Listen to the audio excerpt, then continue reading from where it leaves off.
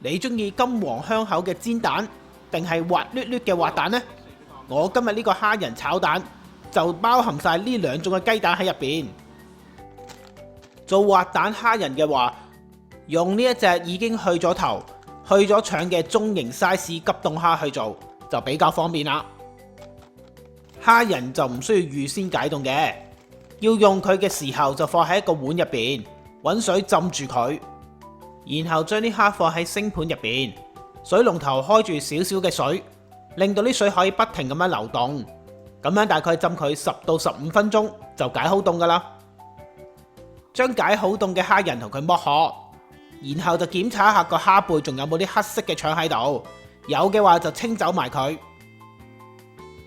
剝晒殼嘅蝦就放喺一個碗入邊，想啲蝦仁好似白雪公主咁雪白嘅話，就記得喺洗之前加啲粟粉落去同佢撈勻佢，之後就可以拎啲蝦去沖洗，洗到佢哋乾乾淨淨。洗乾淨之後，記得要用廚房紙好好將佢哋完全抹到乾身，之後就加入指定份量嘅調味料落去撈勻佢，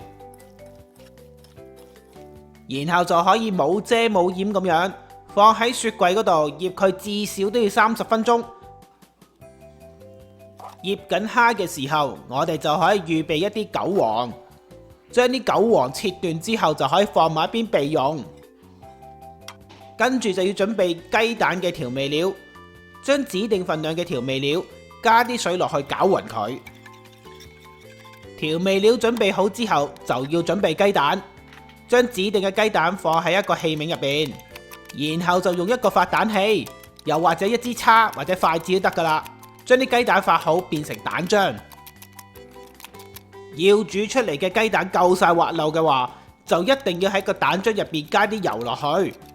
油同蛋漿攪勻好之後，就將頭先準備好嘅調味料都加埋落去，咁樣比直接加調味料落去，啲雞蛋煮好之後味道就會非常之平均，唔會話有啲地方有味，有啲地方冇味啦。所有材料都準備好晒，係時候開鑊去煎好啲蝦仁先啦。個鑊入邊我哋先加入大概2茶匙嘅油落去，用中大火將佢燒熱。然後就可以將啲醃好嘅蝦仁放入鑊入邊攤開佢，耐心一啲，將佢其中一面煎大概1到2分鐘，令到佢金黃先。蝦仁一邊煎到金黃之後，就可以反轉佢，再用相同嘅時間同火力，將另一面都煎到金黃。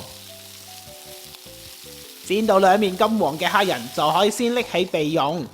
爽口彈牙嘅蝦仁煎到香噴噴。記得呢個時候忍住口，唔好走去偷食啊！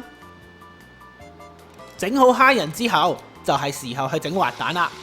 個鑊入邊，我哋加入大概1茶匙嘅油落去，開住個細火，趁啲油未熱嘅時候，就加入大概1半嘅蛋漿落去，然之後就慢慢推，慢慢攪，好似我哋朝早食早餐嗰啲 scramble egg 咁樣整，慢慢推到佢成型。大家見唔見到啊？就係要炒到好似鑊入邊依家呢個狀態咁樣，啲蛋啱啱熟，就要立即熄火，將啲滑蛋立即上碟放埋一邊備用，千祈唔好再繼續煮落去啦。啲滑蛋拎起咗之後，個鑊唔使洗噶啦，直接加2茶匙嘅油落去，蓋翻做中大火，燒熱啲油先，再將頭先剩翻落嚟嘅蛋漿加晒落去。為咗方便拍片，所以我煮嘅時候係用電磁爐去做，個火力真係唔夠嘅，麻煩大家屋企整嘅時候，個火力真係要夠先好啊！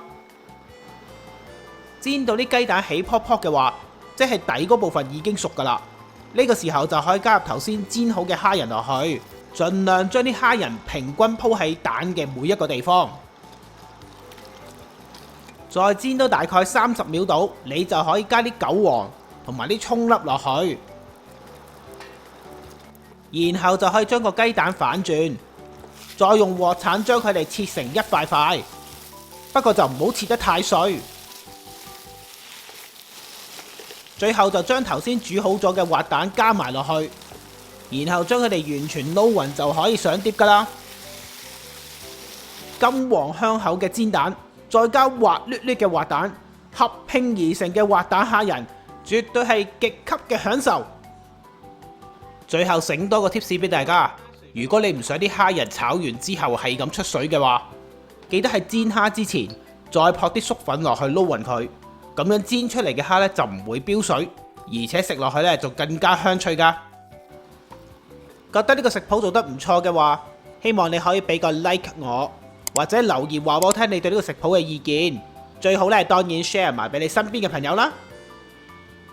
要重溫翻呢個食譜嘅份量，又或者睇下啲材料係咩牌子，就記得去資訊欄嗰度睇睇個文字食譜啦。我嘅文字食譜唔單止有中英對照，而且份量仲可以隨意更改噶。多謝大家收睇，我哋下次再見。